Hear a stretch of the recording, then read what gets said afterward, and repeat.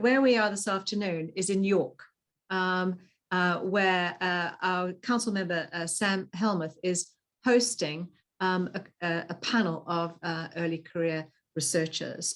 Fantastically, we've got lots of attendees, which is brilliant. And so I think to celebrate Corpus approaches to phonetic, phonological variability and stability, I now hand over to Sam. Thanks very much. Well, it's my turn to thank Philsoc for giving me the opportunity to organise this workshop. And I worked a little bit with Eleanor Chodroff, who'll be joining us just as soon as she's finished her teaching, to come up with some ideas. And I was really, really pleased that our three speakers all accepted our invitation. We're really sorry that we can't host you in York, and hope maybe to be able to do that another time in a future year, perhaps. It's a lovely place and not so far. It's nicely in the middle. It's a good place for events. Each of the talks, we've got 3 talks lined up, and each of the talks will be 35 minutes. And our theme today is Corpus approaches to phonetic and phonological variability and stability, which is a mouthful. But I found it hard to cut out any of those factors, because I think I'm really interested in both the phonetics and phonology.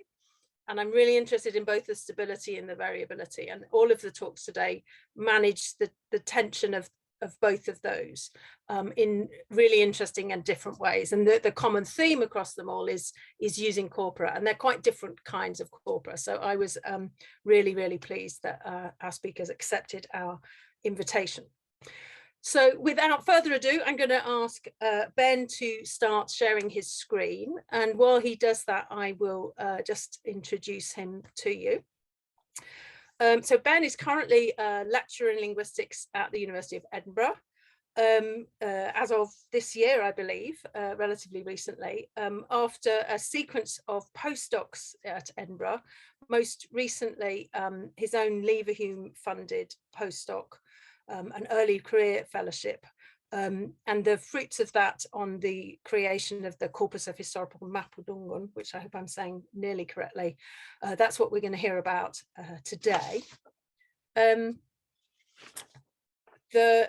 He previously was a postdoc on the FITS project, looking at work on the Linguistic Atlas of Older Scots, and that also made use of spelling to think about phonological issues. And this twin sort of strand of Mapudungun and early Englishes was already present in his PhD from Oxford. So I'm really, really pleased that Ben accepted our invitation, and hand over to him now to talk to us about how to place fricatives in the corpus of historical Mapudungun.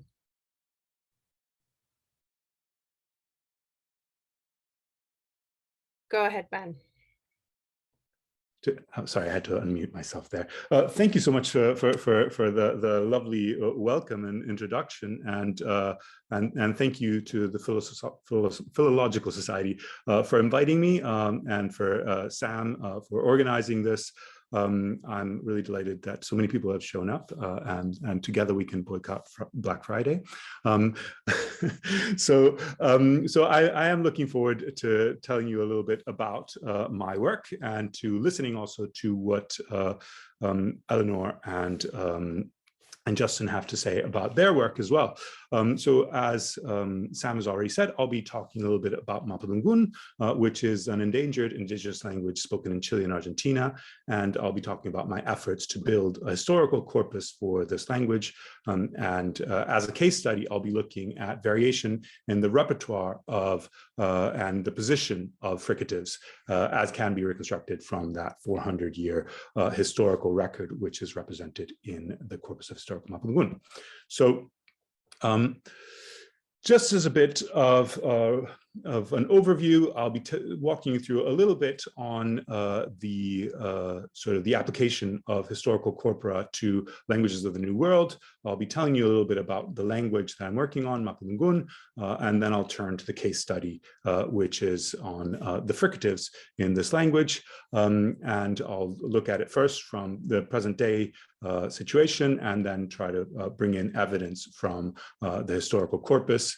And I'll be looking in particular into how we can establish contrast in the earlier stages of the language, particularly through borrowings. And also I'll be talking about a kind of variation that is not usually tackled that much in the historical literature, and this has to do with affective alternations. And these are alternations that aren't necessarily circumscribed to what would be traditional sociolinguistic variables, and that are not circumscribed to the kinds of phonological alternations that we would get in allophony, for example. So this is something that I want to sort of hammer through. I'll end by just revising a little bit on my conclusions on the fricative case study, but I'll also talk about further work and other things that we can do with historical corpora in the New World. A substantial effort in New World linguistics has been focused on the classification of languages. So very often when people look at the history of languages of the Americas, what they want to do is to break it up into nice, concise groups and tell us who belongs together with whom. And indeed, what you see here is one of those sort of very much lumper approaches to classifying the languages into macro families. This is particularly Joseph Greenberg's three-way division of languages of the Americas. It's largely been debunked, but there's an important research strand in the languages of the Americas looking at how we can sort of turn back the clock on the languages that are currently spoken in this region, and trying to find the commonalities, the common roots. And we use the comparative method for that. And it's most of that work, however, is done on the contemporary varieties of the language, rather than looking at the historical record that is available in textual form. And that's one of the things that I'm going to argue for today. And very often also, this kind of work is very much abstracted away from the needs and the interests of the current speakers. And well, that's something else that I want to sort of bring this topic back to. Another really important tradition in the Americas is the tradition of language documentation and description. And indeed, what we find is that this tradition goes back all the way to the colonial period, and is particularly strong in Catholic empires, so the French, Spanish, and Portuguese empires. This is mostly because already in the 16th century, there was a recognition by Pope Paul III that the native peoples of the Americas were to be regarded as fully humans, and that their souls were as immortal as those of Europeans. And this seems like a sort of a tangential matter, but we're talking about one of the largest institutions of the Renaissance period, and one of the largest institutions in the world that put at its disposal large amounts of resources to document the languages of the Americas, in the hope that they would be able to save these souls and make the word of God intelligible to these people. So a lot of very early linguistic grammars were produced during this period. This is one that was produced for a Tarascan language, Purépecha, in 1558. Imagine that for English, the first full grammar of the language, or the first attempt at a grammar of the language, wasn't until 1586. So a lot of languages of Europe hadn't done this already, but we have the material already coming out of the Americas, and that's one of the things that I focus on a lot. Later material tends to be more anthropological and sort of explicitly linguistic in nature in the 18th, 19th, 20th centuries. And most of the work that's being done today on language documentation is mostly centered on preservation. What I would like to suggest, if there is a third or understudied approach to historical linguistics in the Americas, which is philological in nature, meaning that it entails the study of historical texts. And while for linguists, the word philology is relatively, is usually related to the comparative methods, to looking at historical texts in order to reconstruct a proto-language, the term philology can be far broader than that, and it can be related also to the reconstruction and understanding of cultural elements, traditionally of classical languages, but indeed indeed any philological approach should take into account cultural matters as well. And indeed, when I propose a new world philology, and this idea is that we look at those early texts in their linguistic and cultural value, pushing back the knowledge of the language as far back as the record will go. And that's also a good place to start also reconstructing these relationships between languages. So this is a marriage of the two previous traditions in my view. There are some challenges to this kind of approach. First of all, people might question the validity of the enterprise itself. Is 500 years at the most what we would have for languages of the Americas as a written record? Is that enough? Well, we certainly find that it's enough to study varieties of English that have developed since the Shakespearean period. So why wouldn't it be enough to look at varieties of languages that are not European in their origins?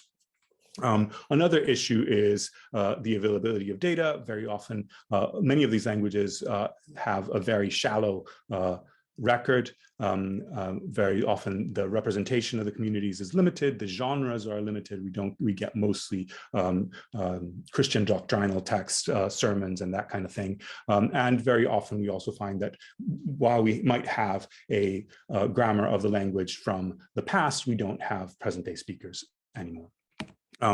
Another issue tends to be the validity of the sources. Most of these early texts in particular are second language texts with all the problems that they entail. There's also biases from classical European languages. For example, here is a description of the nominal paradigms by Thomas Faulkner in 1774, looking at Mapudungun specifically. And according to him, we can decline it in the nominative, genitive, dative, accusative, and et cetera, et cetera. Mapudungun has no nominal inflection whatsoever.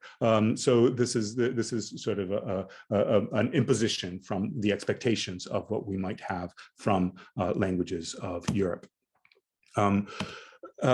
There's perhaps the biggest issue, though, with trying to do a new world philology is the relatively little work that's actually been done. And one of the things is that the material that's there is awfully daunting, and creating corpora is a way to enter this data in a way that is more approachable and that allows you to dip in and dip out without having the same kind of knowledge that sort of 18th century philologists would have had of, Greek and Latin. So turning to the language that I will be talking to you about today, which is Mapudungun. Mapudungun is the ancestral language of the Mapuche people of Chile and Argentina. They are most of the population is on the Chilean side, even though the geographical distribution looks a little bit bigger in Argentina. It is also known as Araucanian and shows up in a lot of the literature under that name or under the term for the people, which is Mapuche. The language, it's estimated at 250,000 speakers. That is probably a fairly generous estimate. The language isn't really being transmitted in the home at the moment, so it's rapidly losing speakers. It's currently unclassified. This has a lot to do with the fact that there hasn't been a lot of historical linguistic work done on the language. Here we have a portrait of a machi, which is a woman healer, and then also a chief or lonco, who tend to be male in Mapuche tradition. And here we have a photo of more contemporary Mapuche people that are people that collaborated with me on my doctoral fieldwork during my doctorate, which I did with Aditi, who's in there somewhere. Anyhow, so I'm going to be talking about the consonantal inventory of Mapudungun, and specifically about a couple of features of this consonantal inventory. Mapudungun has no contrastive voice. It has a fairly robust alveolar dental contrast across lots of different manners of articulation, which is quite interesting. It also has a large set of nasal contrasts and a large set of fricative contrasts. And I'm going to be talking about the fricatives. And specifically, I'm going to be talking about the coronal fricatives, so mostly about the dental, alveolar, post-alveolar, and retroflexes. And I'm going to also be looking at how they intersect with the issue of the alveolar dental contrast, which is quite robust in the language. Very quickly about the dialectal distribution of the fricatives and voicing. So I've said that the language doesn't have voicing as a contrastive features, but certain areas have voicing and certain areas don't. All the retroflex and the velars are always voiced in all regions. This is the Chilean area where Mapudungun is spoken. The alveolar is always voiceless. However, the labial, dental, and palatals vary. There's a very clear isogloss where the central varieties, the ones sort of in this sort of orangish color, are voiceless, and the ones that are the northern and mountain dialects tend to be voiced. Okay, this is going to come into the discussion a little bit later. Okay, but voicing is never contrastive. So let's talk a little bit about this current situation of the dental alveolar pairs. So first of all, the fact of having dental alveolar contrast is fairly rare cross-linguistically. In stops, we get it a good bit. So we get it in about 9% of languages across the world. We get it in nasals in about 8% of languages. We get it in laterals on only about 4%, and in fricatives only in about 3% of languages of the world. And Mapudungun lovely has all of those different manners of articulation. But interestingly enough, what we have in Mapudungun is that even though we have this place distinction, what seems to be backing up this distinction in most languages across the world is a distinction between apical and laminal. So whether it's articulated with the tip of the tongue or with the blade of the tongue. And dentals tend to be articulated with the blade of the tongue, and the alveolars tend to be articulated with the tip of the tongue. And in Mapudungun, that's mostly the case, except for the fricatives. And again, here the fricatives seem to be doing something slightly different. The fricatives are always laminal. And so this is something that I'm going to go back to. And it seems that the fricatives behave differently. Also within the dental alveolar pairs, there's a matter of frequency. So this is just the types of different words that we get with the dentals versus the alveolars in the largest dictionary of Mapudungun, Augusta in 1916. And what you get is that in the stops, nasals, and laterals, the dentals are very few as compared to the overwhelming amount of the alveolars. With the fricatives, it's exactly the opposite, right? So we get very, very few of the alveolars and a large amount of dentals. And this is also strange. The alveolar fricative is very, very common cross-linguistically, not so the alveolar, the dental fricative. So something's interesting going on there. So we'll look at that in the historical data as well. But right now, I want to turn to what I talked about at the very start, which is this idea that Mapudungun has some alternations that seem to be not governed necessarily by the phonology, not governed by the sociolinguistics, but governed by affect. What does that mean? And we find it in other languages of the Americas and in other places in the world that we get that you have a neutral form of presenting something. This is the word for soft, that in the alveolar and the retroflex has a neutral kind of meaning. So kinye panyur or kinye panyus kawitu means a soft bed, right? But as soon as we articulate that final consonant as a palatal, we get kinye panyush kawitu, it becomes a lovely soft bed, like a nice soft bed, a wee soft bed, we might say in Scotland.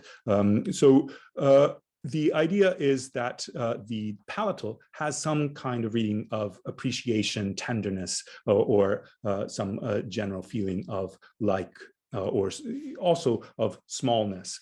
So it's a bit like the diminutive has these kinds of connotations. And it's a sound symbolic kind of process. We get this in high vowels as well, right? Where the high vowels tend to imply small things, imply to affect youth, etc. And we get that in Mapudungun with the palatals, which obviously are closely related to the high front vowels. We also get something in Mapudungun which is not as common, which is that with the dentals, we get the opposite reading. So in Mapudungun, you get something that kinye panyud kawitu means something like annoyingly soft bed, right? So it has a negative connotation. And indeed, we get this in other adjectives. So wetha means bad, right? And when it's got the dental, it really means awful, disgusting. But when it's with the palatal, it means something a little bit like naughty or like cheeky, right? So it doesn't have the same kind of disdain. It's more of a kind of a cute kind of way of being bad, if you will. We get it also with nouns, where you have the nasty old lady with the dental, and we get the lovely old lady with the palatal. But we also get processes of lexicalization. So, for example, kure just means wife, right? It doesn't participate in the palatal dental distinction, and it can only mean wife. And no jokes with how the association might have arisen.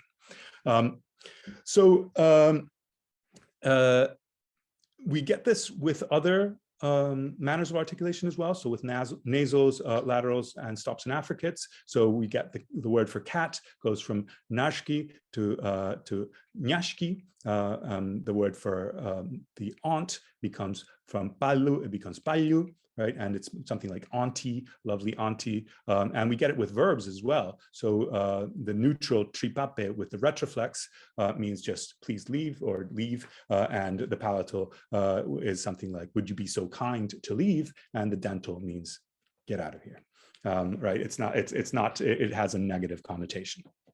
All right. So now that I've told you a little bit about what's happening in the fricatives in the past, what's happening in the present, what's happening in the past. So I have some questions that have to do with the past. So if the dental alveolar contrast is typologically rare, we would expect it to be either hard developed or difficult to maintain. And what can the data for the history of Mapudungun that we've got tell us about that? How far back can we trace this contrast, and how can we find what this distinction or what the important difference is between fricatives and non-fricatives, as we've seen in the contemporary data. As for the affective processes, we can ask ourselves how productive they are, and in order to do that, we can look at the past. We can see if we can reconstruct them in previous stages of the language. We can look at those lexicalizations that I mentioned, seeing if they're recent or there's something that has been along for quite a while. And finally, we can also ask ourselves which ones are the base forms of these different processes. So it seems that in present-day Mapudungun, the dental is quite common for a word like bad, well, which makes a lot of sense. You get the conflation of this affective meaning with bad, and so most people use the default for bad is weda with the dental. In the past, is that the case as well, or is this something that's developed over time? And finally, what is the effect of contact with Spanish and with other languages of the region, in particular Quechua, which was the language of the Inca Empire, which encroached a lot on the Mapuche space geographically and sort of also culturally. All right, and to look at these questions, I will be looking at the Corpus of Historical Mapudungun, which was developed during my Leverhulme at the Angus McIntosh Center for Historical Linguistics. And version 1.0 is already available, and it contains about 150,000 words, including lexical analyses. That includes part of speech tagging and lemmatization. It includes morphological analyses, meaning morpheme tagging. It includes phonological analysis, which include graph-phonological parsing, which I'm going to talk about in a second. And also it contains metadata on time, place, authorship, that kind of thing. And it covers sort of the earliest textual period of Mapudungun from 1606 to 1930. Okay, and this is basically the first period in the textual history of Mapudungun, which is the missionary period, and a good chunk of the ethnographic period, which is then followed by an institutional period when Mapudungun is starting to be used sort of for more non-traditional genres.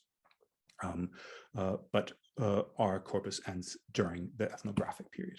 The Corpus is available as a web form.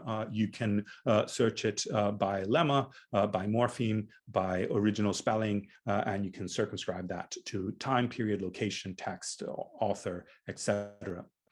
And what you get from that is a tabular result where you get the lemma, you get the part of speech, you get the correspondences in English, and you also, there's a version of the corpus in Spanish. And you also get the morphological breakdown of this language. This is a highly synthetic language, especially in the verb, and you get the morphological breakdown, and you also get the original spelling, and linking through to the texts and counts per text and counts per each one of the different lemmas. Okay, so what I'm going to be doing today is I'm going to be looking at 4 of the earliest texts in the corpus, and these are the texts that were written by Luis de Valdivia, 1606, his grammar, and then his sermons from 1621, and then the grammar and text by Andreas Fedres from 1765, and from Bernard Havestad, 1777, and ultimately these can all be searched through the online form. And what I'm trying to do is to try and figure out what was happening during that missionary period and what were the sound values of the different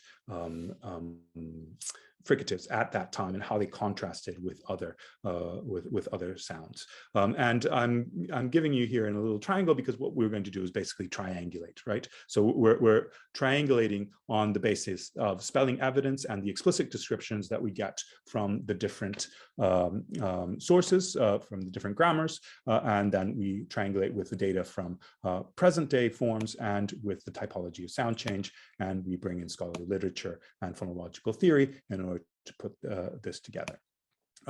There are, in this study, I've basically looked at 100 different root morphemes containing the target fricatives in present-day Mapudungun, and looked and found over 3,000 tokens and about 900 different lemmas with these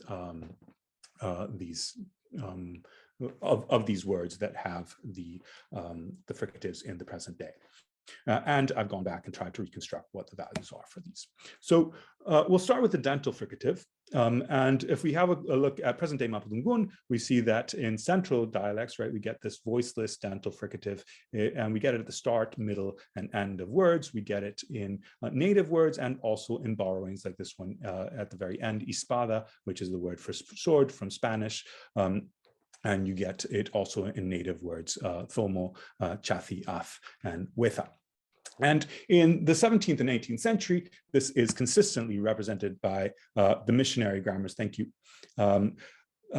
as a D, right, as the letter D. And in Spanish, we get it that this D usually, phonologically, we tend to say that this is the phoneme D, right? Meaning that it is a dental stop and it is voiced. But we also get in the 16th century and the 17th century and all the way up to the present day, we already get an alternation where the D also represents this this allophone, which is an approximant that we get in a word like cada, right? And indeed, it seems that it's more likely that the D that we find in the 17th, 18th century Mapudungun must represent a voiced dental fricative. What other evidence do we have that? Well, we have the other dialects of Mapudungun today that have the voiced dental fricative, but we also have evidence from borrowings. So when the word domingo, which means Sunday, is borrowed into Mapudungun, and then it's picked up by somebody who's not a Spanish speaker. Most of the grammarians did have access to Spanish. This here was a captain of a Dutch ship who put together a vocabulary, Herkmans in 1642, and he transcribes domingo as toninco. So with a T and a K instead of the G and the D. And basically this is telling us that that Mapudungun didn't have a slot for a voiced dental stop. And this must have been something else. It was most likely a fricative already at that time. So we're reconstructing that as the voice dental fricative. What about the S? So present-day Mapudungun has S in these words, Dios, Mansun, Misa, Miski, and Posco. And indeed, these are all spelled with either S, double S, or Z in Mapudungun. And Valdivia, who is the first grammarian, tells us that in this tongue, it is rare to find the syllable sasa, si, so, su. So ultimately, the words that we find here are very rare, and they only surface in what are ultimately loans from Quechua and Spanish. So we get that the word Dios is the word for God in Spanish. We get it in Mansun, which is the word for ox in Mapudungun, but it's the word for tame. It's a tame words that that use the S, but they're always in this alternation with the sorry, it's just I've just heard that my internet is unstable. Can you still hear me all right? Yeah. We lost you for a moment there, Ben. You might want to just go back to the second bullet point, or the right. third bullet point. All right, sorry about that. So ultimately, what we get is that that in the 18th century, we start getting S spellings for words that are native, that are no longer borrowings. And those are always showing up in contrast with other words that have an R. So this looks a lot like the affective alternation that we were getting in the present day. And finally, S also stands in the 16th century, would have standed for an apical, very whistled S that we still get in some varieties of Castilian Spanish, but later merges with the other S of Castilian Spanish to produce a laminal S. And that's ultimately what we probably have in the language at that stage. It's the laminal S coming in. The alternation with the Z in the Quechua borrowings shows that there was probably for the very, very earliest of the grammarians, there was still a distinction in their language between two kinds of S's, but that distinction has been lost by this point. And it was probably lost by the 18th century as well. The palatal fricative, remember that we get this only in the cases where you get alternations between couche and kuse, so cases where you get alternations that are affective in nature in present-day Mapudungun. In the 18th century, we get the spellings with J, and febres in the 18th century tells us that the Indians, of course, that was the appropriate term at the time, apparently, tend to turn some letters into others. The R into D and further into ja, jo, ju of Catalan and ja of Italian or je, ji of French to speak affectedly, which is similar to S. So we've got that the grammarians are already recognizing that there are these alternations, and they use the J to represent it. And at that stage, the J, and we can see that by the examples that we get from the Catalan and the French, the Italian, well, is really an affricate, but it's probably representing a voiced fricative, a voiced alveolar palatal fricative. These in the 17th century, the J or the J was the sh in Spanish, which later emerged with the J and retracted to ch in Spanish. But the important thing is that we are getting the first attestations of these alternations in this period. It's very rare that we find them. We find them mostly in the vocabularies where they're given as an alternate. We also get borrowings that come in from Spanish with a sh, and they're often incorporated as ch.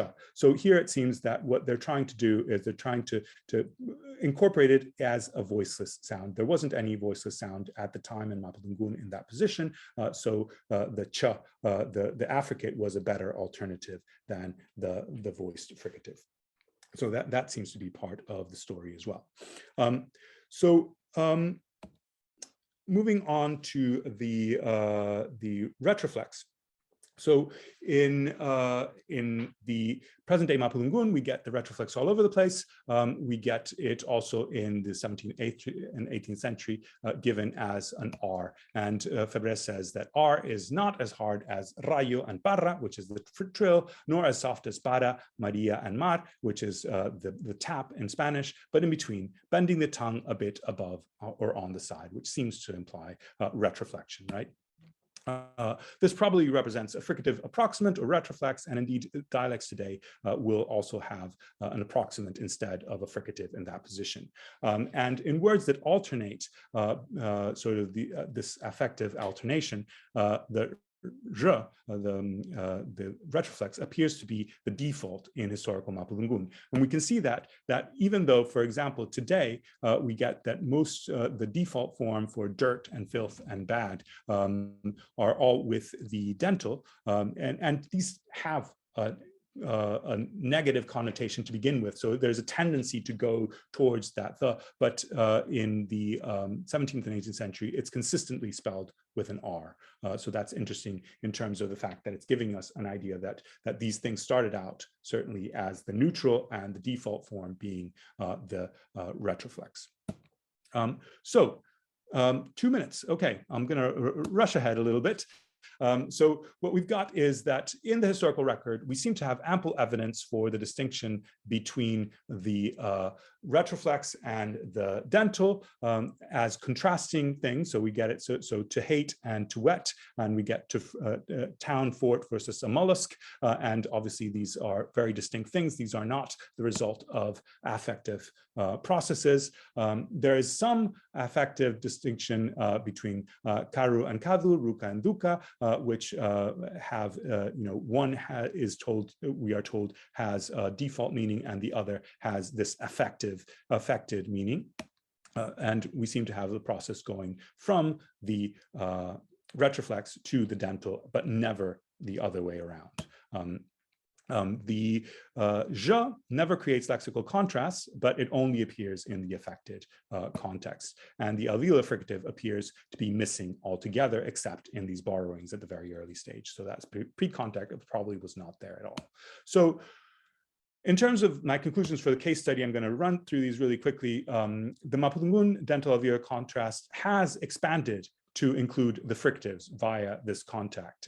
So despite being typologically rare, the dental alveolar contrast seems to be expanding in the recent history of Mapudungun by adding the alveolar series to the already existing stop nasal and dental series. And crucially, we see that in all these cases, the distinction is actually reinforced by a separate feature, right? And if it was reinforced by the the laminal apical distinction for all the non-fricatives, it seems to be reinforced by strident features in the present day forms.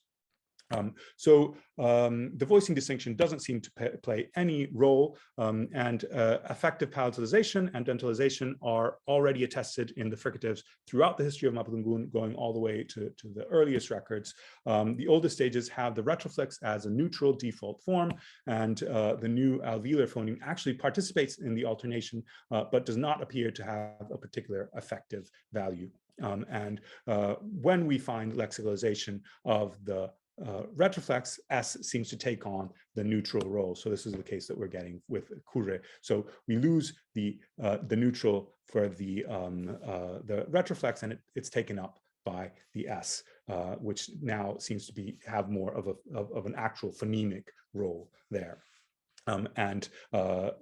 We tend to lexicalize the one that is with the retroflex, but we still have that affective distinction.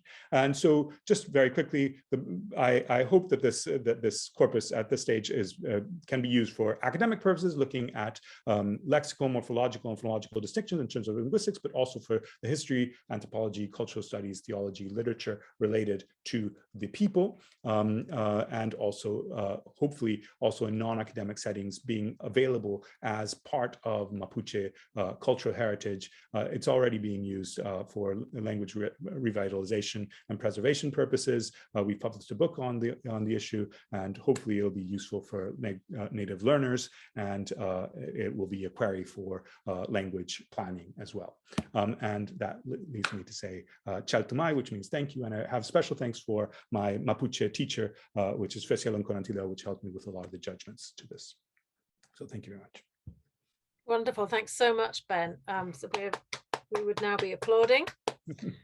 And Justin, if you could start getting ready to present while I introduce you. So we're moving from historical phonology, historical linguistics to well, the world of forensic phonetics, and whether you're going to talk about forensic applications, we'll see, Justin.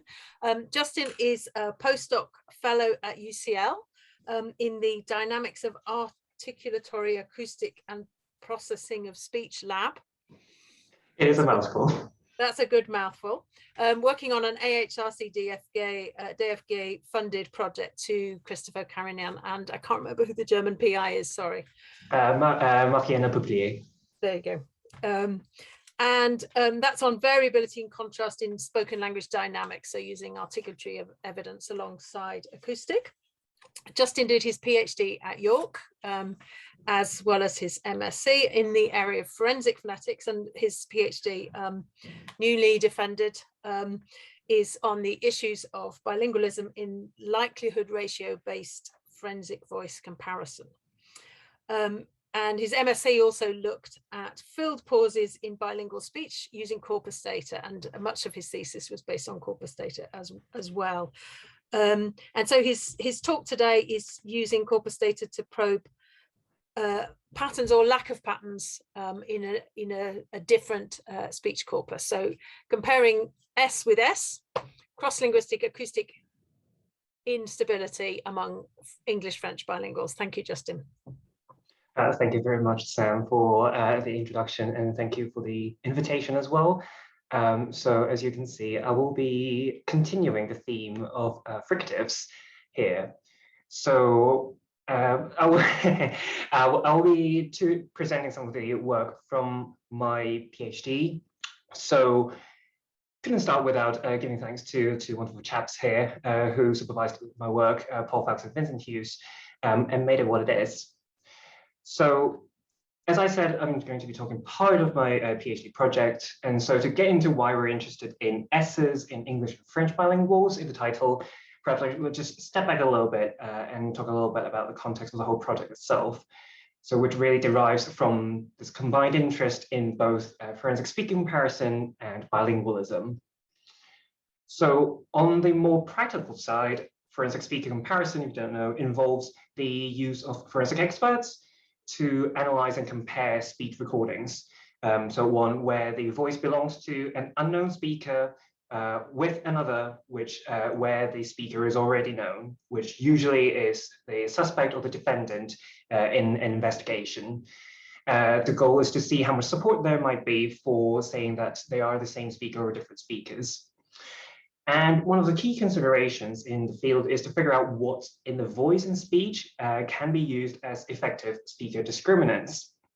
And what we often look for are features that show low within speaker variability, but have high variability between different speakers.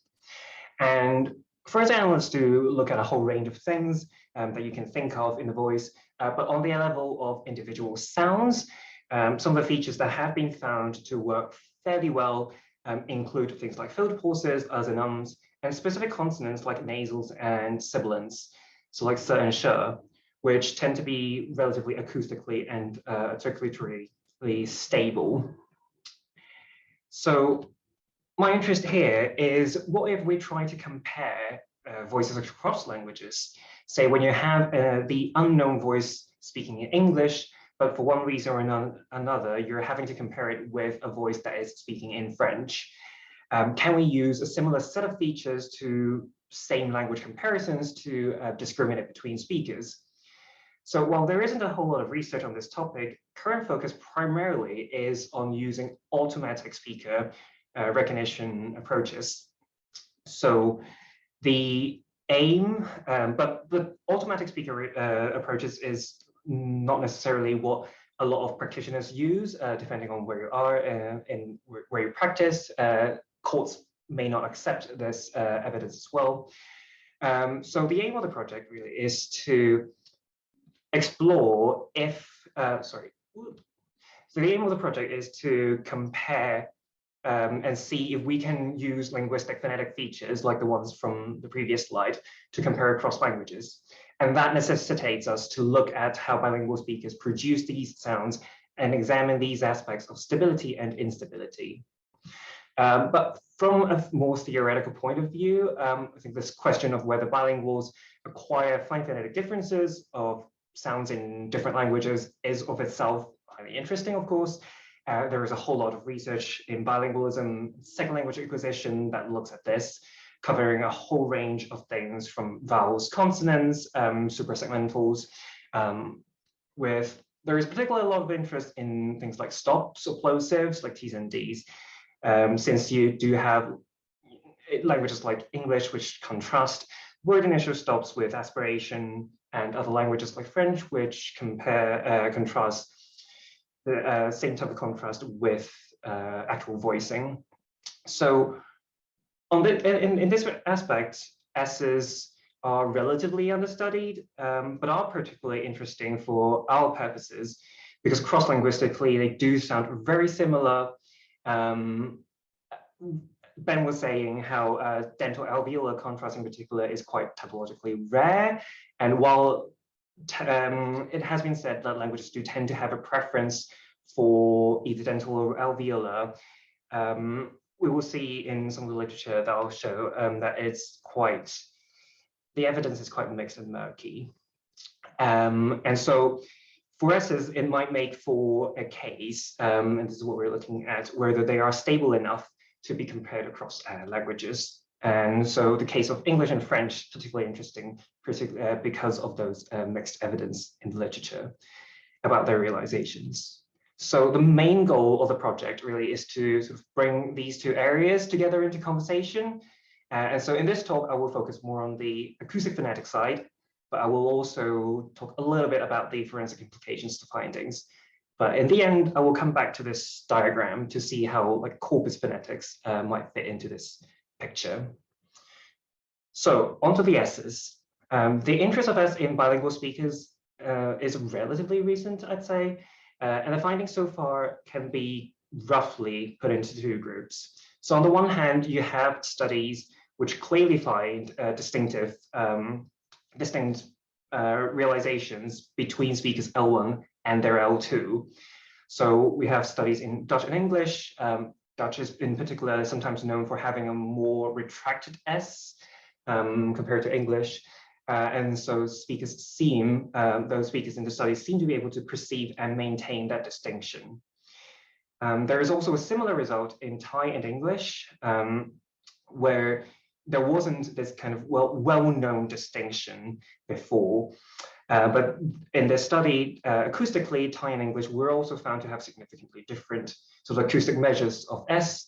And when Thai speakers were speaking in their L2 English, it is more complicated than what I'm making it out to be, but they tend to produce something that is in between the two.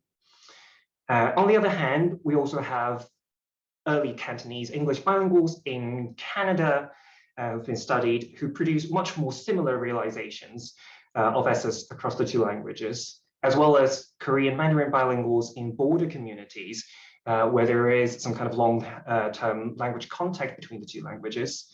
And these bilinguals don't seem to be distinguished their S's at all. So there is a whole mix of language pairs and different speaker backgrounds here. But one particular interesting case comes from Anna Berisstein's very recent study on Basque and Basque and Spanish bilinguals. And in particular here, Basque has two alveolar fricatives. One is laminal, and the other one is apical. And what he found was, whereas in Spanish, there is only one S phoneme, which is much more similar, which is apical and much more similar to the apical S in Basque. And what he found was that there are different varieties of Basque which variably merge the two S's. And these lead to different outcomes for how they produce their Spanish S. So in a Basque variety where the apical S is merged into the laminal one, so there is only the laminar production, the Spanish S is distinct enough to be produced differently from the Basque S, so two different S's. In a different variety where there is no merger between of the two Basque S's, the Spanish S, as you might expect, very closely aligned with the acoustically similar apical S in Basque. Whereas in a third variety, third dialect of Basque, that merges the Basque S into the apical, so they don't produce the laminal. The Spanish S is produced like the apical S. So what this study in particular drives home is the notion of acoustic similarity that comes up a lot in second language acquisition research, where the outcome of the acquisition kind of rests in part on whether the sound in the two languages is acoustically similar enough for the speakers to perceive. And so what does this mean in our context of English and French? So traditional descriptions of coronal stops, I'll start with stops, so does and does in French and English. These are quite consistent. So in French, they tend to be described to have a dental place of articulation, and they tend to be apical, whereas in English, they're said to be a little bit further back, they're alveolar, and also mostly agreed to be apical. The coronal sibilants, however, tend to get a bit of a more mixed description. For French, the authors were divided between whether it's dental alveolar, tend to agree that they are laminal, whereas for English, there is more agreement in terms of the place of articulation that it is alveolar, but there is not much consensus at all about whether it's apical or laminal.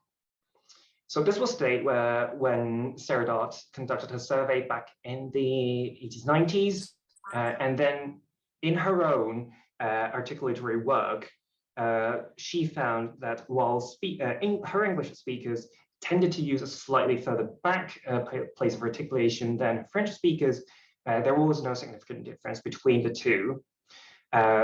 Similarly, both English and French speakers use more laminal than apical gestures. So all in all, there really isn't any clear-cut sort of divide between English S and French S. And there seems to be more similarities and differences.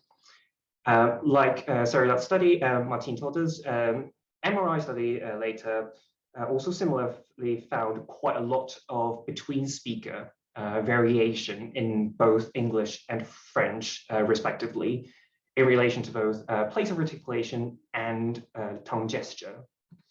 So that leads me to the two questions that I'll be talking about today. So firstly, given what we know about English and French S's, do English and French bilinguals acoustically contrast their S's in the two languages?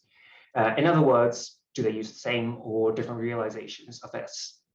And secondly, do English and French S follow similar patterns of individual variation, both within and between speakers?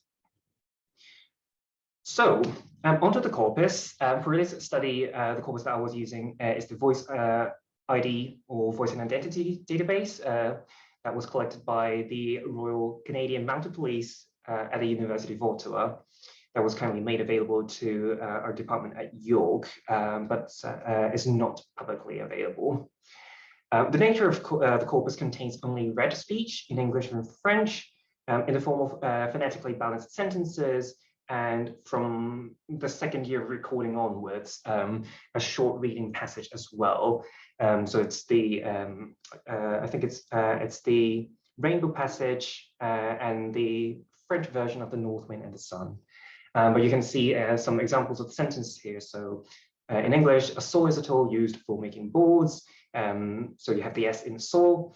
And in French, je bois du chocolat chaud quand les cloches sonnent à midi. So there's the S in there as well. I drink hot chocolate when the clock rings at midnight, at noon. So many of the speakers who are bilingual in English and French did record in both languages. So this is one of the primary reasons for choosing this corpus that we can compare within speakers. And although this is not a spontaneous speech, what also makes this corpus appealing to the research, in addition to being one of the very few corpora with a speech in both languages from a relatively large number of same speakers, is the fact that speakers are recorded in 4 different conditions. In addition to microphone, high quality, there is also landline telephone, mobile phone, and room bugs. So these cover a lot of the materials that we see in forensic recordings. But what we're talking about today will be from the high quality microphone condition. So while there is quite an easy access to a large number of speakers, here the whole corpus at that time, when I used it, contained just over 900 speakers, barring some pre-exclusions like speakers with speech disorders. We still do need to carefully delineate who our speakers of interest are. And then in this case, because I'm focused on the effect of language on English and French bilinguals, my criteria include speakers who self-report to be knowledgeable enough in both English and French to do the recordings, basically, while having no reported knowledge of other languages that may have an effect on the phonological systems. In line with a lot of forensic research, I've limited to just one gender, specifically to male speakers only, but that is not without issues itself, and it doesn't allow me to probe any effects of sex and gender, really. Out of all the speakers, about, this is going to, we're going to see how many speakers are left based on these criteria. Out of all the speakers here, about 500 of them only recorded in one language, so that knocks out quite a few. And then with the remaining speakers who did record in both languages, actually more of them are female speakers, but I wasn't using those. And then out of those remaining, about 100 reported knowledge speaking another language, either as an L1 or as an L2, which leaves us with a whopping 88 speakers that are suitable for the purpose of my study, which is of course not huge by corpus standards. And I used a total of 60 of these speakers for reasons that I'll make clear in a couple of slides, so not all 88 of them.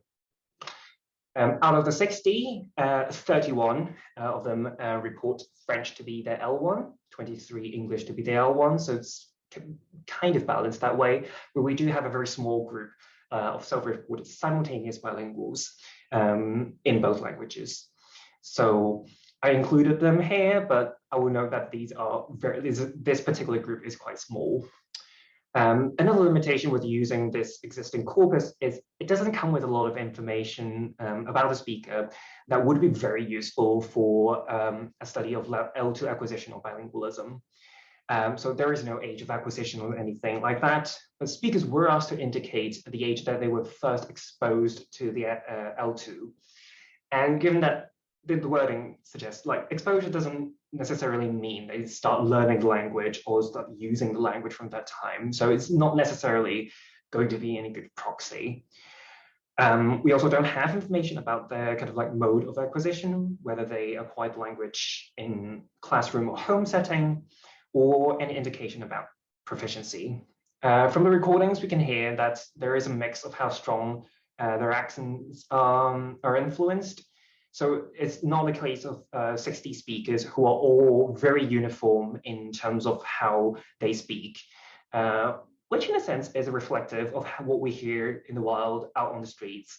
But yes, speaker information is quite basic.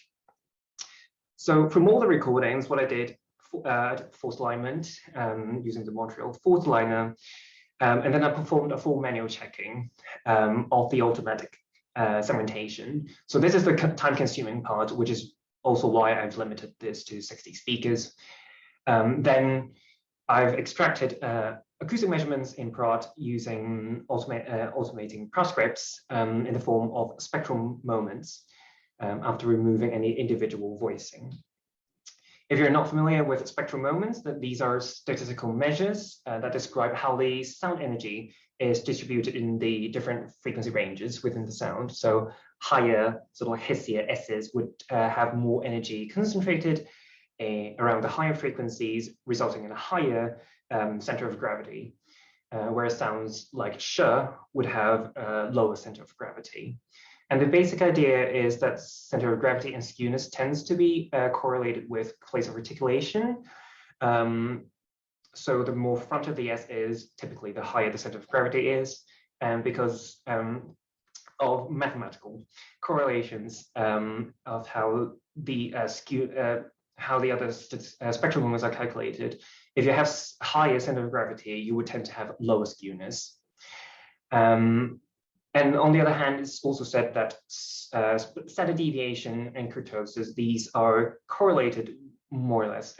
These give an indication of how dispersed the energy or how concentrated it is in the spectrum. And these are said to correlate with tongue gesture and indicate some kind of apicality versus laminality. From all the S's, I extracted two types of measures. So a static measure just based around the midpoints, which is what a lot of people look at. So you can see that on the shaded in orange here. And also a dynamic set of measurements across the duration of the token. So to look at how these move over time, which you can see marked by the red lines.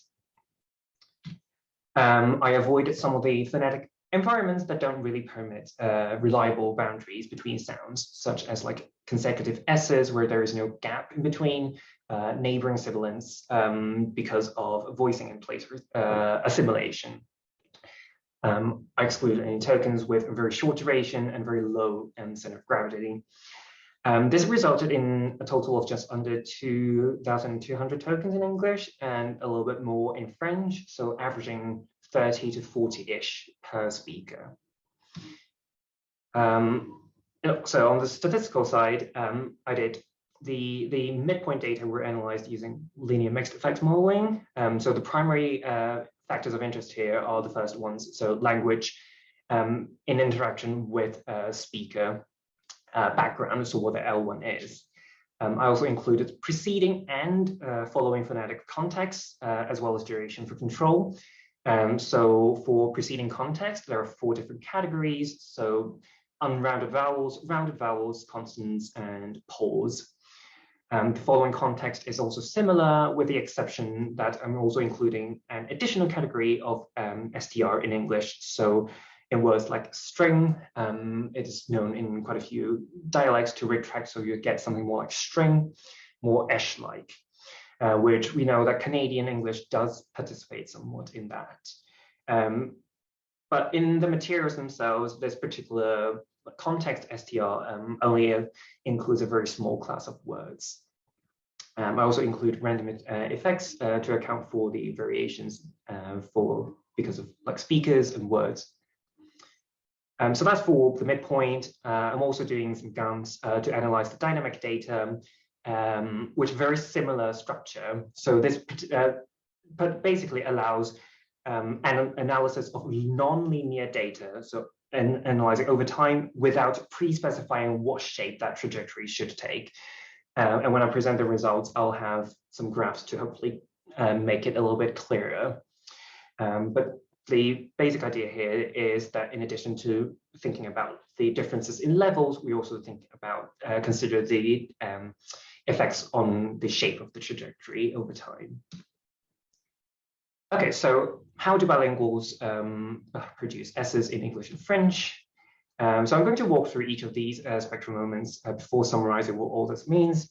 And if we start with center of gravity, remember this correlates with pace of articulation. So in each graph, you're going to find data from English on the left block, data from French on the right block, and purple refers to speakers who speak English as their L1, yellow for French L1 speakers, and then green in the middle as is that small group of simultaneous bilinguals. So what you see here on the graph on here is that English and French have very similar S's. Visually, so if you compare left and right, French seems to be just a little bit higher, which would be in line with that traditional description of French perhaps being a little bit more fronted, but those differences not significant. Similarly, we kind of see small increments going from purple to yellow, which perhaps would indicate that L1 French speakers have higher center of gravity in their S's than L1 English speakers, but this is also not significant. What does turn up as significant is the effect of following context, which is very much expected. So there is some kind of anticipatory co-articulation from the following sound. The particularly notable one here is STR being somewhat lower than the other contexts, but the extent of it isn't quite as great as some of the other varieties of English that we've seen, which show very, very marked retraction in this environment. So there is quite a lot of kind of individual variability in whether these speakers participate in this phenomenon as well in here.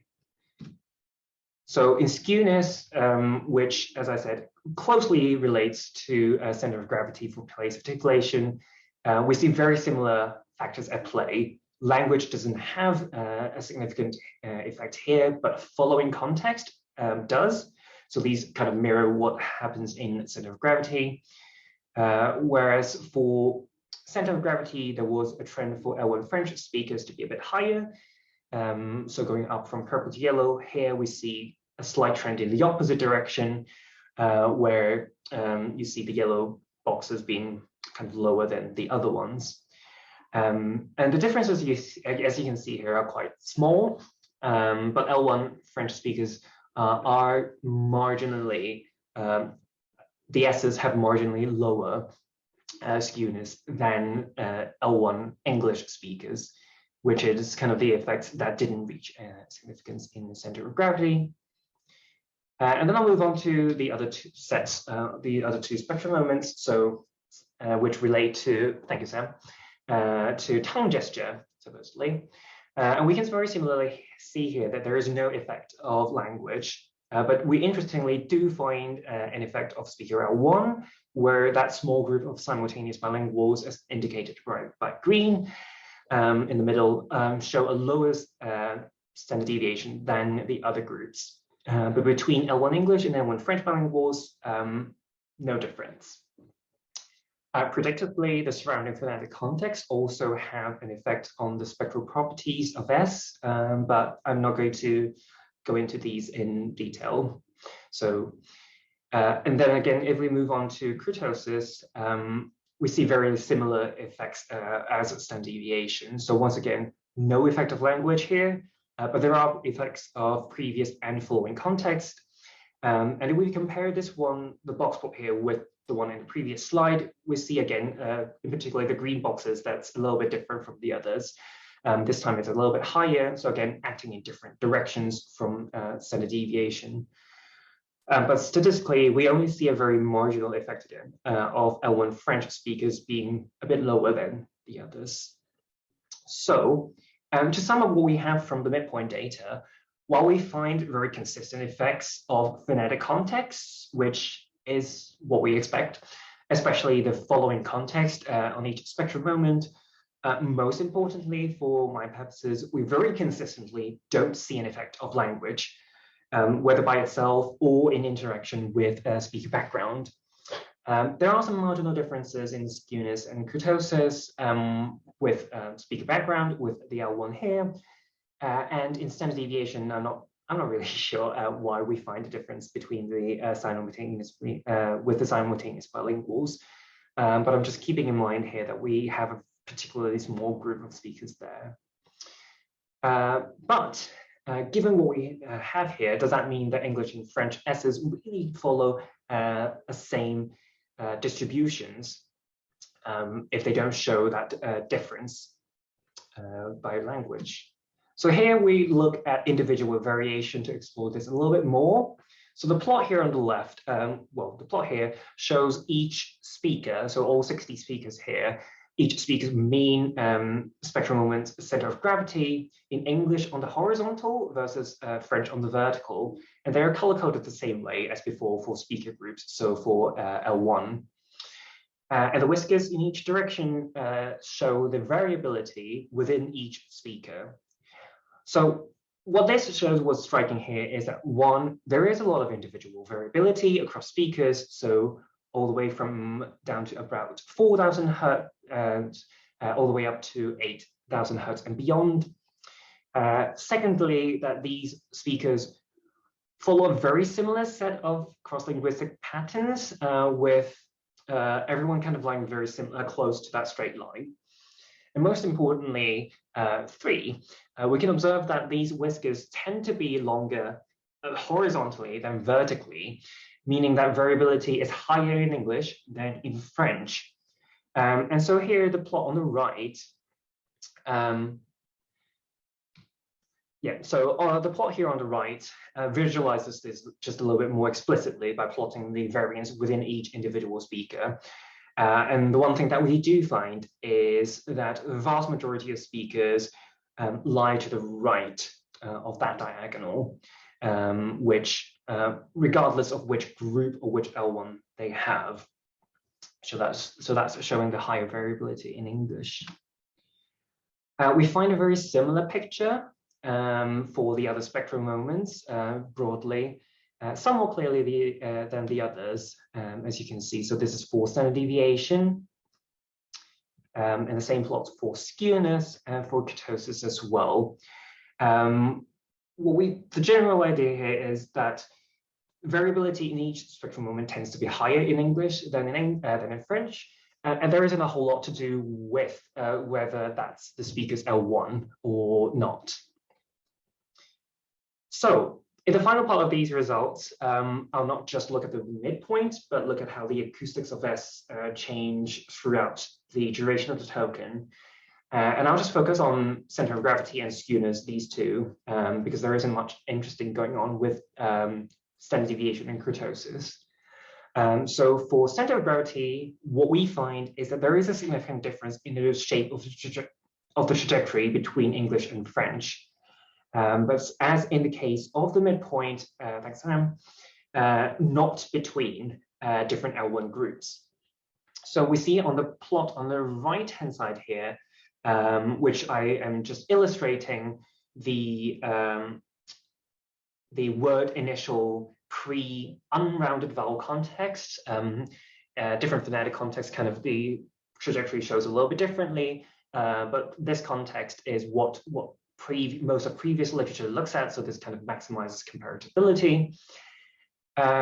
What this shows here is that center of gravity rises throughout kind of the first half of the token and then falls. And in this kind of primarily correlates to the movement of the jaw up and down through the token to form that narrow constriction in order to control the airflow.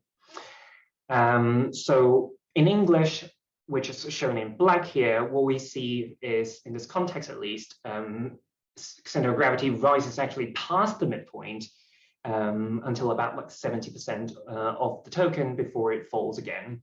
And this shape is very closely in line to what past research has found, that the center of gravity rises past the midpoint. Whereas for French here, what we see is in red, a sharper rise in the beginning.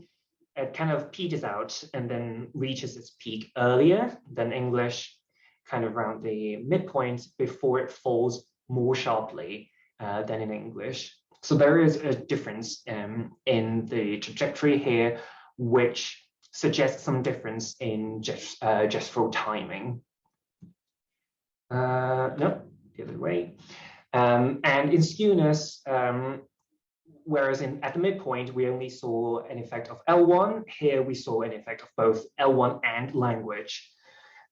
So you can see how the L1 has an effect on kind of the overall level and the shape of the trajectory in the different panels. But if we look at, just compare between English and French, so black against red this time, again, showing the same word initial, pre and rounded vowel context.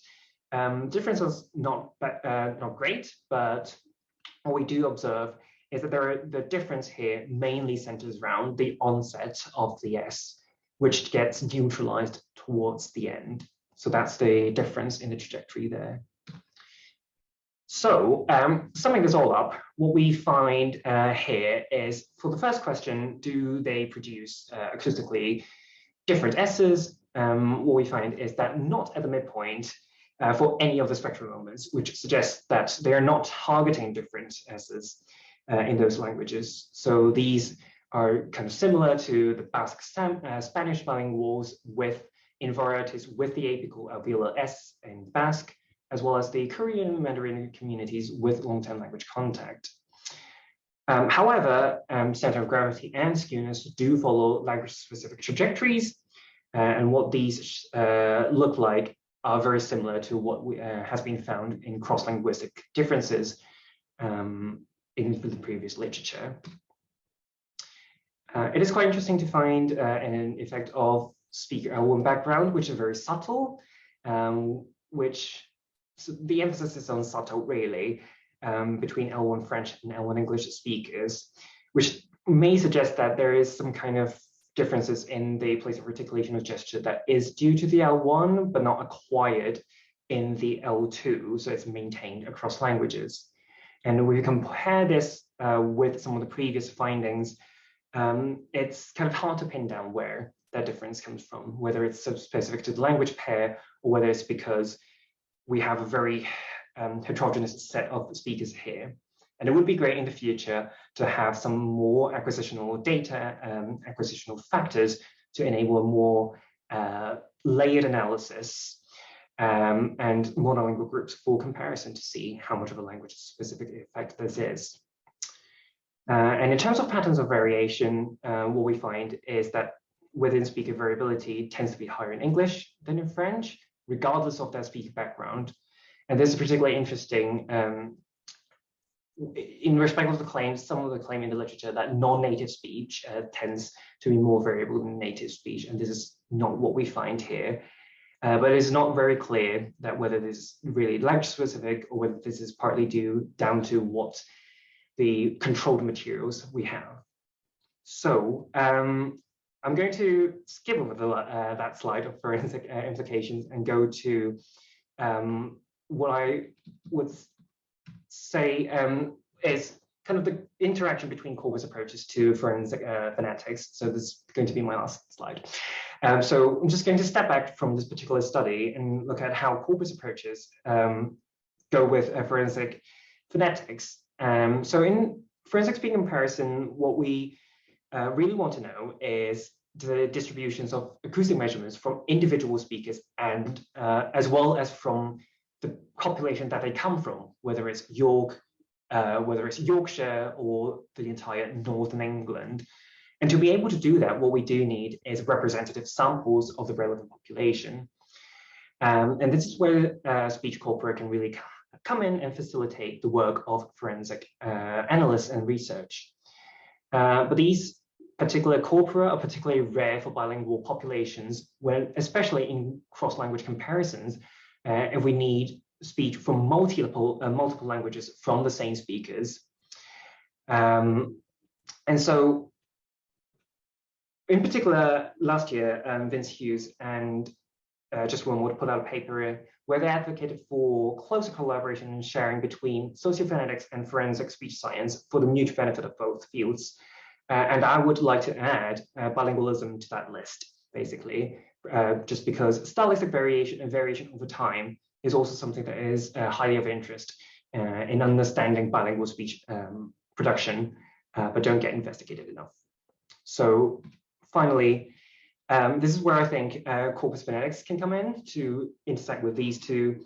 And I think there is hope and there's room for corpus phonetics to move to intersect with these more in the future. And that's the end. Thank you. Wonderful. Thank you, Justin.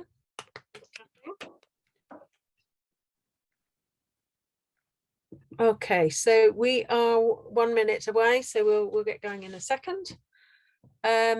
I will start to introduce Eleanor therefore. So Eleanor, I'm very happy to introduce Eleanor, who helped me decide on the program for today. So thank you again for that. Eleanor is my colleague here at York, lecturer in phonetics and phonology.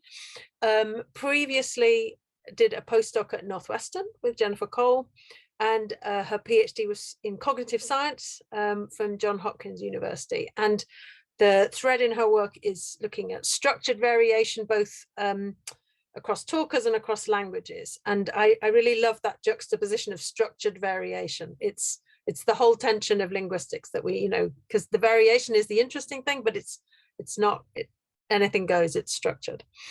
A lot of that work has been on obstruents, and I think we'll hear about both voice onset time and sibilants today, probably. So the fricatives are coming, maybe. Fricatives are coming. I'm sticking with the theme pretty strictly, actually. Excellent fricative. We should have just called it the. I didn't plan it this way. Yeah. But this is from a paper that's just come out in language, I believe. Eleanor has also worked on prosody in American English, and is doing a lot of work now in New York on tonal variation in different varieties of Mandarin.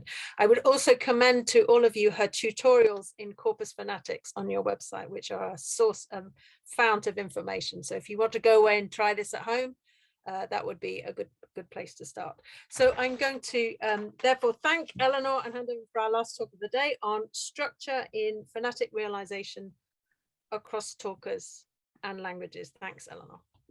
Thank you so much for the introduction, and thank you for having me. So I'll also be focusing on sibilant fricatives and, ironically enough, place of articulation in sibilant fricatives. I did not try this, but it happened to work out beautifully.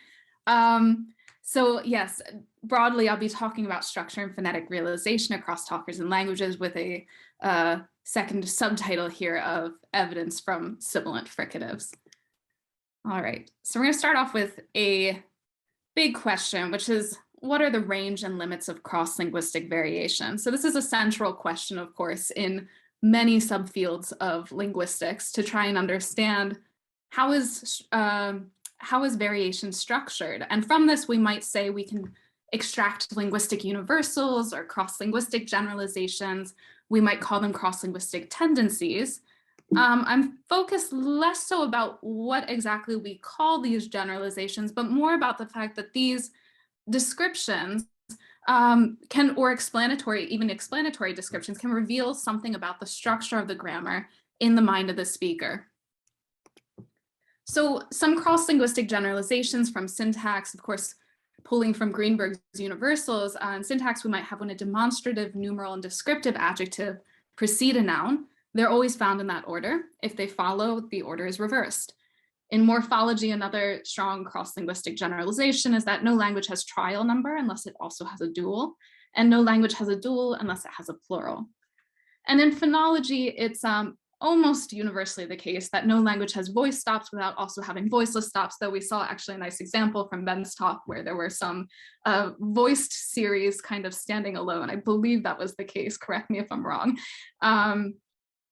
So it's less about what we should call these generalizations, but more about the fact that these observations reveal constraints on syntactic variation, morphological variation, phonological variation, so the structure of linguistic systems. Now, what about phonetic variation? So when we think about phonetic variation, the first thing, at least for me, that pops into mind is the lack of invariance problem. There's no one-to-one mapping between the physical realization of a speech sound and its intended linguistic category. And this occurs both within and across languages. So here we have the famous vowel plot from Hillenbrand et al. 1995, where we have the F1 of the vowel, so the first resonant frequency reflecting the tongue height, and the F2 of the vowel reflecting the tongue backness. Each point, of course, is a speaker-specific pair of means there. And we can see that there's considerable variation across speakers.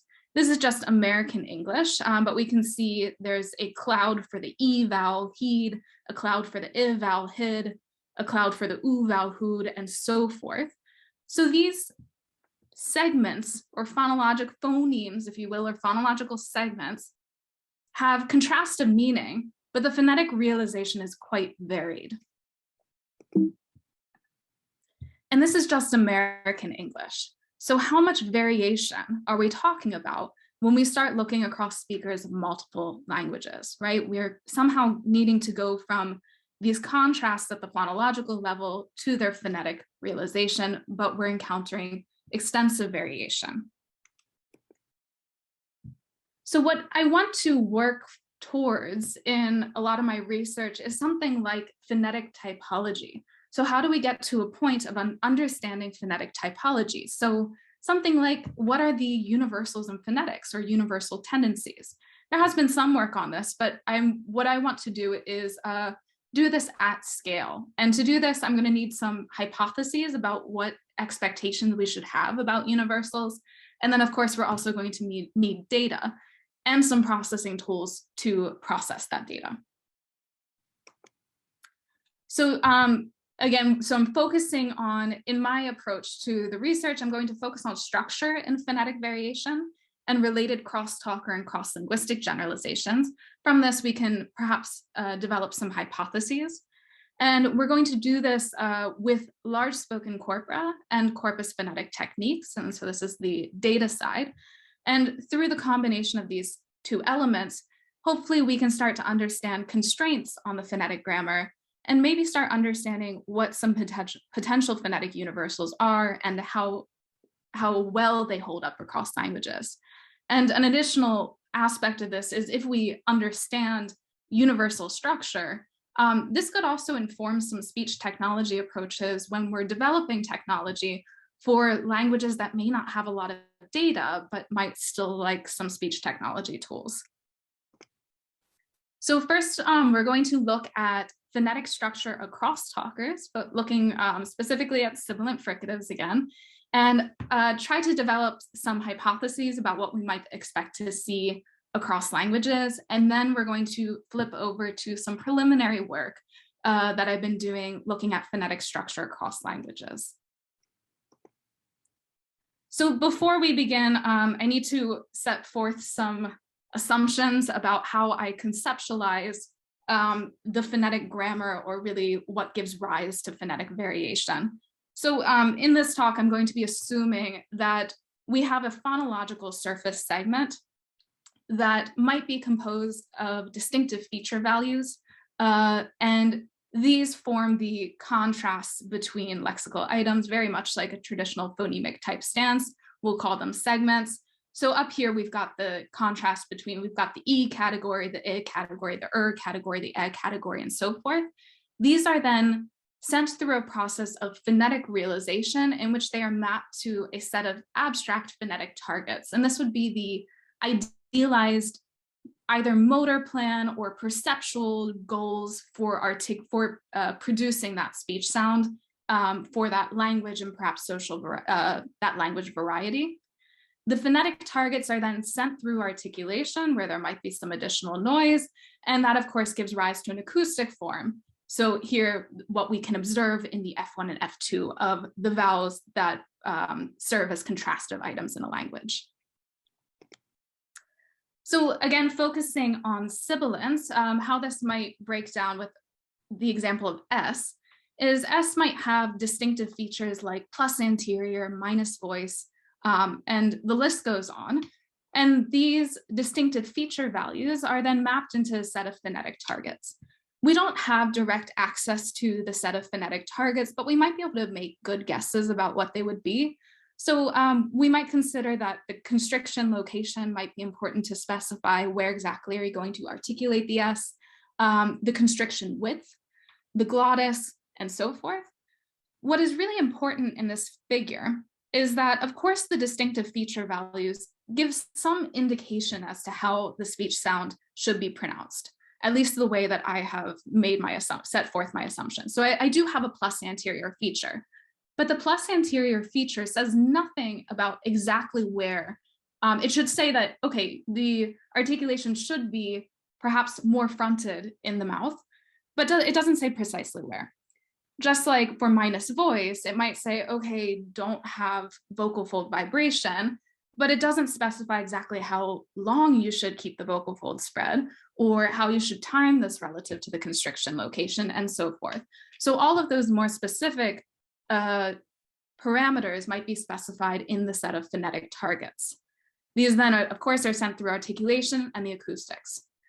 We only have access to the acoustic form. We don't have access to, or the articulatory form. I'm going to be focusing on the acoustic form because it comes with a lot more accessible data, though luckily with sibilants, there are wonderful studies out there on articulation, and it is very possible to study the articulation. But when we start to look at this at scale across multiple languages, the acoustics tends to be a friendlier domain. So we're going to be focusing on the mapping from S to the place of articulation. And we need an acoustic representation of the place of articulation. Justin nicely used the center of gravity along with some other spectral moments to capture this place of articulation contrast. I'm going to be using what's called the mid-frequency peak. And I'm going to be using some shorthand. I'm going to be calling this the spectral peak, but no, this is not the typical phonetician spectral peak. The mid-frequency peak is the first peak frequency above any voicing effects, and it tends to reflect the front cavity resonance in the articulation. So if we have an estimate of the front cavity resonance, then we can get an estimate as to where the tongue might be in the mouth. Okay, so whether it's farther forward or farther back. So if we look at just not super large corpus of spoken English anymore, we're just looking at American English, classic spoken corpus, the Buckeye corpus, and there are 40 speakers of American English in this corpus. We can derive the mean spectral peak or mid-frequency peak for each talker and just look at the variation. And of course, so what I've done here is typically we'll start with a measure that's in Hertz. I've converted it to ERB, which is a perceptual warping of Hertz, so just a logarithmic warping that puts it into a more perceptual space. And regardless of what scale this is on, we can see that there's a fair amount of variation across these 40 speakers of American English in the Buckeye corpus. To give you an idea of what a high spectral peak might sound like, so this is a male speaker with a high mid-frequency peak S. These are pretty salient. Sally. Okay, and the low spectral peak S, this is actually this person out here on the end. It does stand out. Southern. Okay, so a pretty big difference there just across two speakers. They're all from the Ohio region, though, and they are nicely balanced for age and gender. Sally. Southern. Of course, I have to flip through that again. So if we start looking at the class of sibilant fricatives in American English, well, we have S over here on the left, Z, Esh, and Ej. And we can see that there's a lot of variation across just these 40 speakers. We might see some similarities in the distribution that we're going to return to, but it could be that maybe this variation isn't structured, maybe it is structured, but how is it structured? So this is what we want to start thinking about. Right now, we've just got a picture of some histograms showing there's variation even if we just look at American English. So one thing, when we think about the class of sibilants, it could be that speakers can pick and choose their phonetic targets for each sibilant fricative, independent of what they're doing for all the sibilant fricatives. And the motivation for this consideration comes from an idea of bricolage or linguistic bricolage, where speakers can pick and choose their phonetic targets to convey their social identity. And this, of course, like if I can pick and choose my phonetic targets for each speech sound independently, I can sort of maximize the group affiliations I want to convey through my speech. So it'd be very useful for constructing a persona. And it's also very useful when it comes to talker recognition, because there are more unique aspects about the phonetics to each person. So we can just thinking about this, the spectral properties of S are well known to differ among social groups. So along dimensions with sexual orientation, gender, region. Justin also presented cases where languages will also differ, and spectral properties of vowels also differ. So it might be that, okay, I want to convey that with my S that I'm a member of social group 1, and I want to convey with my Z that I'm a member of social group 2, and with Esh I can also do, so I can construct a very complex portrait of what my identity is. Okay, so that's where linguistic bricolage comes in. But it might also be that there's extreme phonetic structure.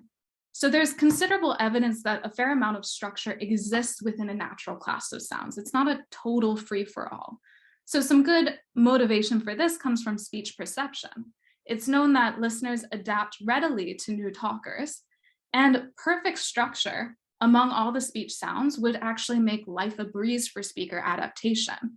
So on the right here, I've got another F1, F2 plot, also put into the logarithmic dimension. This comes from Neary and Ostman's sliding template model of vowel normalization. Each point here is sort of a expected location for vowel category within a language. And so each of these are separate vowel categories. And the idea in this model of vowel normalization is that you simply shift once you encounter a new speaker, you simply shift that template up or down in the vowel space to adapt to them. And then you can automatically figure out what their other vowel categories are. This, of course, assumes perfect covariation across all the vowel categories. But as you can see, there's no variation across speakers. Everyone has the same template. So is it this straightforward? If we look at every phonetic dimension of every speech segment, do we observe perfect structure across all talkers? The answer is probably not, but also maybe. And if so, what structure do we observe? So in considering this problem of variation and systematicity, we want to identify what the constraints are that govern the projection of phonological segments, so these contrastive phonological units, into a phonetic space, like their phonetic targets. And on the one extreme, we have something like maximal phonetic bricolage. You can pick and choose your phonetic targets as much as you want. And on the other end of the continuum, we have maximal phonetic structure. So be like the population, make it easy to adapt to you, and so forth. The answer is probably somewhere in the middle. Okay, so we're going to be, again, focusing on SZ, Esh, and Ej, and trying to investigate, okay, what structure does emerge? We've looked at the variation, but now we want to look at the structure. So, of course, we've got S and Z being plus anterior segments, Esh and Ej being minus anterior segments. This is the dimension we're most interested in. Of course, we've also got contrast in the voicing feature. And so we're going to be looking at the mapping from this anterior feature to the constriction location as approximated by the mid-frequency peak. Our first approximation of structure among speech sounds across talkers is going to be a simple Pearson correlation. We do have additional methods that investigate the structure a little bit more precisely because a correlation can only tell you so much, but it is intuitive and easy to understand and definitely drives the point home. Okay, so if it is the case that we have maximal phonetic bricolage, we would imagine a situation like this. So this is a hypothetical scenario where the talker mean peak frequencies for S, Z, Esh, and Ej are independent of one another. So you can pick and choose your phonetic targets or your place of articulation, constriction location, for each of these segments independently. So each point here, so we have, these are paired, each ellipse is centered on a pair of talker-specific mean peak frequencies for the two categories represented. So here we've got S and the variation along the x-axis, and Z and its variation along the y-axis. The width of the ellipsis represents the I believe it's 20% of the standard deviation. So there is a lot of deviation. I've reduced it for our eyes. Okay, but this is what we would expect, basically no correlation between these clouds of points. I've also separated by gender because there are extreme gender differences that are less important to the question. Okay, what we actually get is that the talker mean peaks for S, Z, Esh, and Ej are not all independent of one another. At least for S and Z, as well as for Esh and Ej, we find incredibly strong covariation. So this is, whereas for S and Esh and Z and Ej, we're getting much less covariation across talkers. So this is almost one step short of maximal phonetic structure. We're getting phonetic structure, at least in some cases, but not in others. And one thing, so actually let me zoom in on the cases where we do get phonetic structure. And what we see here is that not only are we getting incredibly strong correlations, the correlation, the best fit line of regression falls very close to the line of identity. And this is where I'm fudging it a little bit with the correlations, but I promise I have data showing that the distance of the points from the line of identity is actually pretty meaningful. This is showing that there's almost an identity in the expression of S and Z and also Esh and Ej, okay? Whereas if we look at the contrasting anterior values, the correlations start to fall apart. We are getting a reasonably strong correlation for the male speakers. This might be a fluke when we look at other corpora. This doesn't always come out, so that might just be due to chance. Okay, so what this is showing here is that the difference in place of articulation between S and Esh can vary across speakers. Some speakers have a really big contrast and some speakers have a smaller contrast. Maybe not so surprising. In any case, what this tells us is that there's something yoking together S and Z, as well as Esh and Ej, in the mapping from the phonological surface segment to the constriction location. Oops, I meant to, Sam, how am I doing on time? I had to close the windows. You have just under 15 minutes left. Cool. Okay, so how do we explain this constraint on the mapping? So if we're observing structure in the output, there must be some amount of structure in the input. So what is going on from the mapping from the phonological features to their corresponding phonetic targets? And what we've proposed is that this constraint might be something, we've called it target uniformity. It is similar to some other constraints out there that basically says that within the phonetic grammar of an individual talker, the phonetic targets corresponding to a phonological feature value alpha F, so in this case plus anterior, are ideally identical for all segments that are specified alpha F.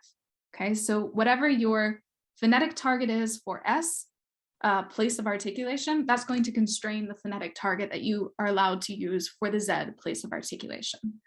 So we've looked at this in American English, but as a constraint on phonetic realization, target uniformity should extend to other languages, other populations, as well as other phonetic dimensions and segments. So I do have work on these other areas that I'd be happy to talk about perhaps later on in the session, but we're going to jump over to this slightly newer work on other languages and sort of because it involves additional work with corpora that's been new, difficult, and exciting. So hopefully, so I'll walk you through that now. Okay, so now we're going to look at phonetic structure across languages and at least, again, look at some preliminary work with these sibilant fricatives. So I've been fortunate enough to work with the Wilderness Corpus, which is a corpus of Bible readings. So yes, thank you, missionaries, as a linguist, for all of these materials that are nicely balanced across about 600 plus spoken languages. And just like Justin's problem, we end up paring this down significantly because of the resources available for each of these languages. But in any case, we do have about 20 hours of speech per language. And you can see all of the, at least regions represented over here on the right. From this, we've derived the Vox Clementis corpus for phonetic typology, which is a living corpus, so we're trying to update it as we can, of phonetic measurements from the Wilderness Corpus. So to develop the Vox Clementis corpus, we had to take the Wilderness Corpus and perform forced alignment. And forced alignment is a process in which we need at least 3 items. Well, we need at least the transcript and some acoustic models so we need the transcript and the wave file, which we have because the Bibles have all been transcribed, but we need to do some additional processing. So of course the transcript is not a phonemic or phonetic representation in any case. So we need to convert the transcript to some reasonably reliable phonetic or phonemic transcription. And there are some systems that facilitate this process. So this conversion is called grapheme to phoneme conversion. And there are a few toolkits available to us. At the time that we were working with this, we had focused on the 3 listed here, Unitran, Wikipron, and Epitran. So Unitran is a universal G2P system that is very problematic as a phonetician and very much less so problematic if you're just a speech engineer. So Unitran simply takes every grapheme letter in a sequence and maps it to a phoneme. So of course you can immediately think of issues like in English, we have the digraph SS, and many other languages might also have that digraph, but in Unitran that would be mapped to an S and an H, which is not great if you want to use that representation for some sort of phonological or phonetic analysis. So even though we can get alignments out of that type of conversion, it's not great for linguists. So some better G2P toolkits for linguists are Wikipron and Epitran. Talk about Epitran first because it's the more intuitive of the two. Epitran is a set of rule-based conversions that linguists have derived several rules to convert the orthography to the phonemic form, and that exists for tons of languages. Wikipron is simply a scrape of the Wikimedia, I think, for all of the pronunciations for a given language. So then you have pairings of graphemes, orthographic units, and phonemic units, and you can then apply some machine learning models to learn the mapping from the orthographic form to the phonemic form. So between Wikipron and Epitran, which we considered the higher quality G2P toolkits, we have coverage of only 42 languages. This should expand. Just in the past year, there has been a release of further G2P toolkits that we're actually actively working with. But at the time, we only had about 42 languages. But here we've gone to this picture. We can take the orthographic form, convert it into a set of phonemes or engineering term phonemes, so some surface phonological unit, and then we can send that through forced alignment. So the forced alignment is simply the align algorithm in an automatic speech recognition, in a standard automatic speech recognition training recipe. And of course, it produces a picture like this. I'm cheating here and just took a screenshot of Prot. It is somewhat in haste. So you can see the sampling rate is actually only at about 8,000 hertz, which might put some limitations on what we can do with the speech. In addition, we get fun things like music in the background. So this is Kachika. Riesrom hari rutata ri aram. Okay, but Riesrom yari rutata ri aram. So there are some limitations to what we can do. But in any case, we have access to all of these languages, and there are still some certain phonetic measurements that may be less affected by these properties, and not every language has music in the background. So from this, we can once again extract the mid-frequency peak from all of these languages. For S and Z, not many languages in the 47 we actually had available actually have a contrast between S and Z. Many only have S, but from the ones that do, we have about 18 languages from 22 readings, 6 language families represented. It's a start. What we can at least start to observe is that there is still that uniform relationship between the mid-frequency peak for S and the mid-frequency peak for Z, indicating that perhaps this isn't just a thing that's limited to English. It might actually be a more universal property of the cross-linguistic phonetic realization.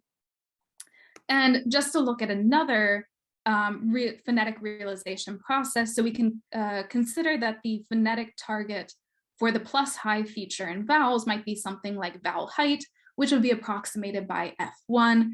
And so applying target uniformity to that, we should expect approximately equal F1 values, or at least correlated F1 values, indicating that there's structure between the two items. And indeed, if we look across 38 languages from 48 Bible readings, we are finding a fair amount of structure in the F1 of E and U across languages.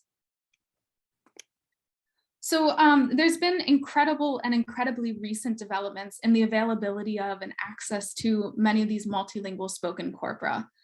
So some new corpora include, so actually global phone is one of the older ones, but in just the past 3 years now, we've had the release of the CMU Wilderness Corpus, which I just showed you, the Mozilla Common Voice Corpus later that year in 2019, the Multilingual LibreSpeech Corpus. So it's really just in the past couple of years that even having the computational power available to host these multilingual spoken corpora and deliver them to the average person has really become a thing. And in addition, there's been an increase in the toolkits needed to process this type of data, because it does take, specifically the issue of G to P is pretty big. Like, how do we go from the orthographic form to some reasonable phonemic, phonetic form at scale, right? It's going to be a bit too much to try. We could try to transcribe these all by hand, but maybe a little bit of sacrifice in the precision might be worth it, but how do we find a good balance there? So we have the Montreal Forced Caldi and the Montreal Forced Aligner. Mike McAuliffe actually just updated that to include additional procedures for processing data. EpiTran is from 2018, WikiPron is from 2020, and you can see this new zip corpus was just released this past year, and this is similar to EpiTran and containing a ton of linguist-vetted, rule-based systems for many languages. So we have an initial processing and analysis of target uniformity. We've also looked at a few other phonetic constraints in the Wilderness or Vox Clamantis corpus. And I'm currently working on processing the Common Voice corpus, which has 76 languages, and it has the additional advantage of having multiple speakers per language and like labeled speakers. So we can start to deconfound what is speaker variation, what is language variation. But of course, there are several errors that can come up in processing. So we're also trying to develop a human in the loop error analysis. So, and through this process, we've sort of identified 4 types of errors that can occur. And we're trying to identify, okay, what sort of, are there automatic ways that we can correct these errors at scale? So when you start working with lots of data, you sort of want to, we know there will be errors, how do we find them and how do we fix them? And one other point I want to make, because this is a frequent question, is that I'm frequently approached with the question, well, isn't structure just due to the same anatomy? Of course, these sounds are coming from the same vocal tracts. So of course, S and Z are going to be correlated with one another. This is reasonable, but then if they're coming from the same vocal tract, we would also expect a strong correlation between S and Sh. So even though the same vocal tract will restrict the variation, it doesn't fully account for the degree of structure we're observing. It's physically possible for speakers to articulate S and Z in different locations.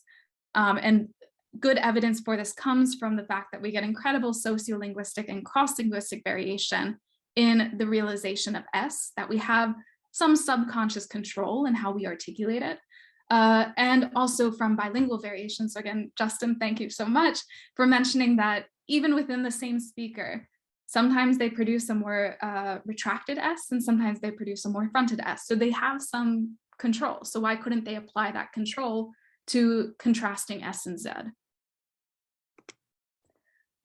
So some implications of this. For bricolage, speakers can construct their social identity by picking and choosing expressions of phonetic variables. But what uniformity is going to do is put some additional constraints on just how much you can pick and choose. So of course, there is beautiful phonetic variation along many dimensions that reflect social properties or social variables, but there are also some linguistic constraints that are going to limit just how much you can do this. And Also, for perceptual adaptation, phonetic covariation could be useful in rapid adaptation to novel talkers. And for sound change, there is a tendency for natural classes to shift in parallel over time. So uniformity or something similar might be explaining some of this.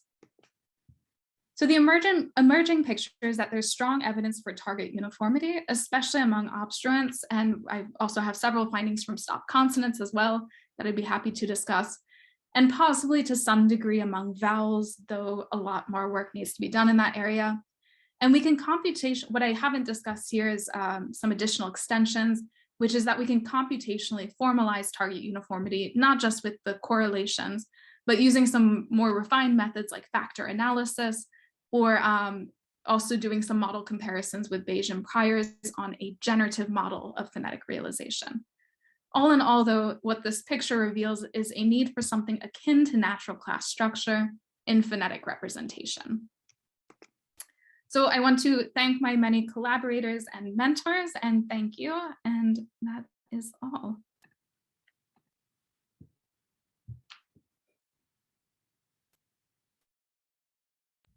I didn't unmute myself. Thank you, Eleanor. Thank you.